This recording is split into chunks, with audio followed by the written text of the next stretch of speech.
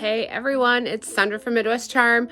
I'm coming to you today from the store, and what I'm going to be working on today in between customers is soap pumps. So I'm just going to do a quick fast forward on how I go ahead and do those.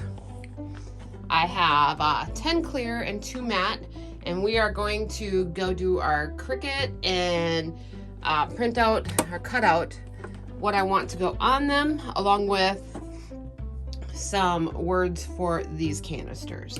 So keep watching, and thank you for watching. Please subscribe and share with your friends and ask them to subscribe too. Thanks.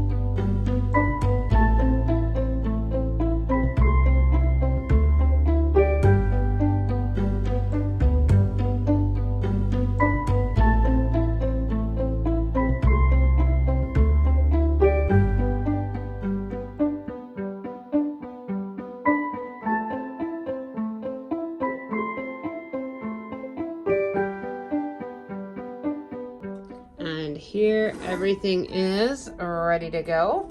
We've got 10 of the clear pumps. I still have to go do the other ones. It was just a different color vinyl, so I just didn't do them on this go round. What do you think?